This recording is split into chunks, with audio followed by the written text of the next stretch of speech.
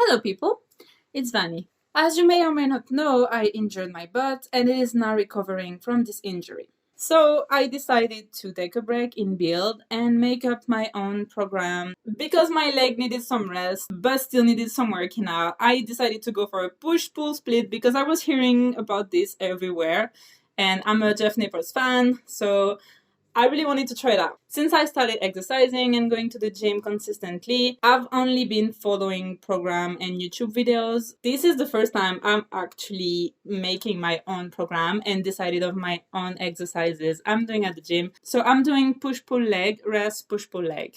And in this video, I wanted to show you 4 of my workouts, so 2 push and 2 pull, that I'm alternating every time. I'm not going to show the leg workout I'm doing at the moment because they are body weight. They are more focused on recovering from my injury. I've made a video about it already. You're welcome to watch it once you finish this one. I wanted to try something that is more into bodybuilding. However, I still inserted some functional and bodyweight moves. I feel like looking strong is not enough. I want to be strong as well. So I did make a mix of both. And I took inspiration from several fitness influencers I know that I'm all gonna credit in this video. Of course, I'm not a move stealer. So without further ado, let me show you my workouts. I started with benching, of course. I love benching. And I don't do it enough, I feel, in build. I love it. That day, unfortunately, the bench were all taken. I didn't want to wait 3,000 years before I could finally do it, so I did it on the Smith machine. I think it's nice as a beginner to do it on the Smith because it's more controllable. I tend to just like go everywhere with the bar at first. At least with the Smith, there's some control already. Everything is straight, everything is fine. And I moved on to overhead press. Sorry for the light in the background. But when you're filming with your phone at the gym, it's not easy to get the best angles. I'm pretty happy about my overhead press. Okay, it's only 20 kilo, but I started overhead press with 10 kilos and I'm now able to do 20. So I'm pretty happy. Moving on to lateral raise, I'm also pretty happy with my lateral raise because I started out with 2 kilos and I'm now at 4 kilos. I feel strong even though it's very baby weight. And then, okay, funny story, I was following a program of an influencer I like on Instagram and she was doing rear delt fly. I never done that machine before. So I tried it and I had no idea what I was doing. I just went for it.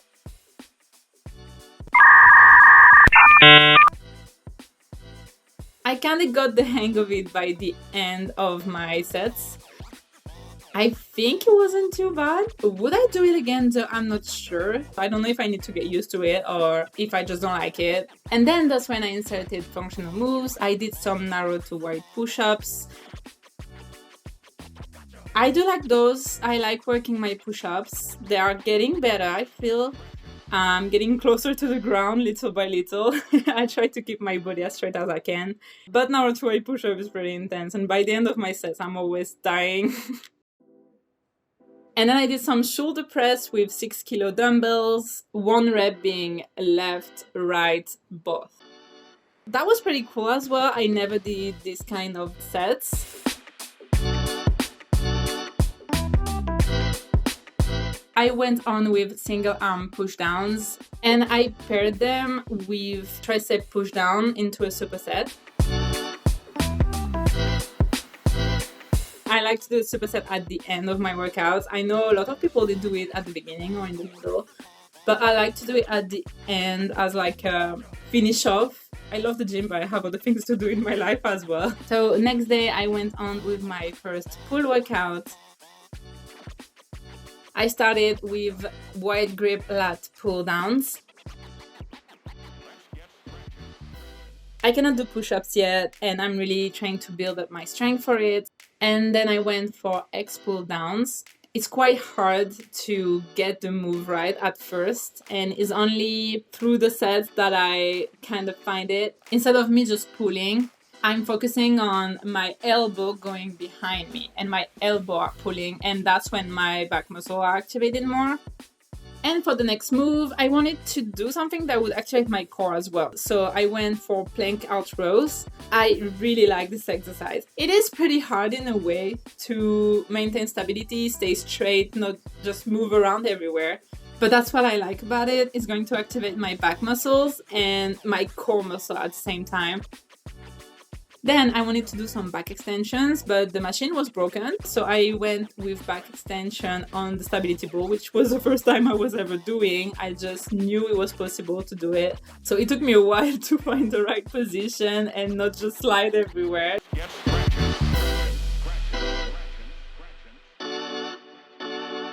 I noticed that with back extension, if I lift my hands, if I put them behind my head, it's activating more my back muscle than if I stay in a cross position. And then I tried to do hang scapula pull-ups. These are not the easiest, okay?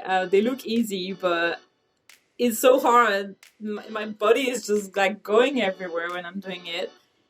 And I keep falling and my hands are slipping. I cannot unlock this movement. Like, please help me if you have any advice, because that's what I look like when I'm doing this. Stop it. Get some help. Then I went on for some alternate pronated bicep curls. I'm starting to unlock this movement as well, but I know in this video you can see my elbow going a bit too much in the front. I'm really trying to work on that. And I continued the biceps with a pronated bicep curl. It was the first time I did a pronated bicep movement. So yeah, I'm gonna need the plant again. So I was focusing a lot on my biceps because I was really focused on not moving my wrists and not pulling the bar with my hands. I feel like it helped. It was quite hard though. And I finished this workout with planks because I love planks for some reason. So I just thought, let's just do it. Let's finish it off. And then I was done. Now then, moving on to my second push workout. I started with chameleons because I felt like starting with a bit of functional movement. I used to do them with straight arms and I thought it was so easy, and then I realized I needed to bend my arms, and then hell started. So that was kind of my activation. I moved on with bench because, like I say, I love bench and I intend on doing bench to each of my push workouts. The second week I did this push workout, I actually did some strength on the bench, doing progressive overload. I think that's now what I'm going to do every time. Once a week I'm going to do some progressive overload bench, one for one push workout, and the other push workout I'm just going to do hypertrophy bench. Next exercise, I did some Arnold shoulder press.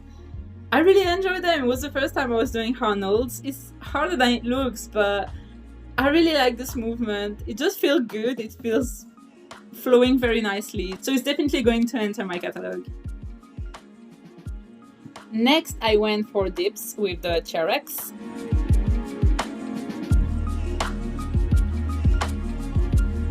And then I went for an exercise I hated. Why did I went for that exercise? I don't know. I just know that I wanted to activate my core a little bit, so I went for that one. Front delt tricep extension. I did it with dumbbell because with a plate, 5 kilos is not enough and 10 kilos is way too much. It takes a lot of core to raise it in front without arcing your back. You do feel your tricep when you extend it in the back. It's a pretty good exercise. It's a multi-functional exercise. And I moved on with alt lateral raise on the machine. I wanted to do Egyptian lateral raise, but everything was taken. Like, the gym was full at the time. And I don't know, I wanted to try a machine I never tried before, so I tried that one. And it was horrible. I really didn't enjoy it. I couldn't understand how to make the movement. But I would definitely recommend Egyptian lateral raise instead of that one, which I managed to sneak in the next workout. There was less people at the gym, I could do it. It's actually so hard. I felt like when I was joining my feet together, I couldn't do it. But when I did this split with my legs, then it was a bit easier. One arm was definitely leading the moves though, but I can't wait to unlock this exercise and really go for it. And then at the end of the workout, I finished off with pull-through planks, an exercise that I love so much. Why? I have no idea. Maybe I just like working my obliques, but you really feel them activating through that exercise. Like I said, I love planks, and if you add weight on the planks, then I'm gonna be happy. That was cool. That was a good workout.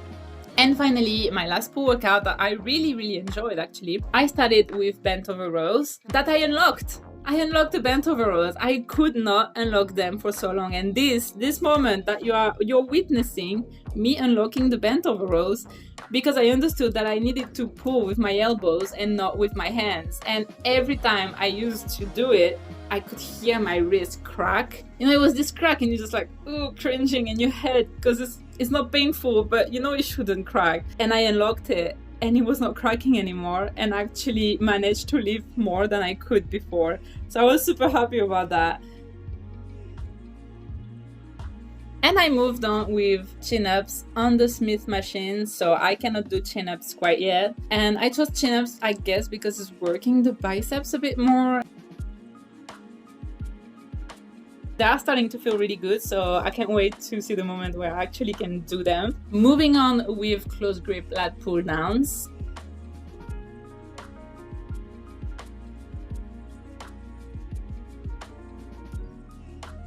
Then you can make fun of me if you guys want. I saw this exercise and I thought it looks super cool. Cable low row. And it's like flying, you know, like spreading my wings and looking super strong, and my back getting all like back muscly.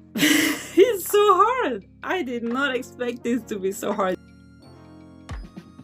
You know how much I'm lifting there? I have 1 kilo on each cable. I felt a bit, you know, 1 kilo, and it was actually hard with 1 kilo. Like, am I doing something wrong? If you have any advice, I'm taking anything. And I moved on with chest supported rows. I was doing right, left, both. I'm really liking this style of sets. And then I finished off with some bicep moves, like I always like to do. I went with the classic out supinated bicep curls that make you feel like you're a really strong woman, like, yeah. I superset it with bent over plate curls. I like that one because I've high repeated enough in this video that I love working my core. I feel like you really feel it when you're slowing down on the eccentric movement. It's a nice one. So I supersetted these two, and that was the end of my workout. Impressions on my first push-pull splits. I like it. Like I said, sometimes it's hard to get motivated to go and do it because I already know what I'm gonna do or I'm gonna improvise it. I don't have like the Kinder surprise feeling of discovering my exercises, you know.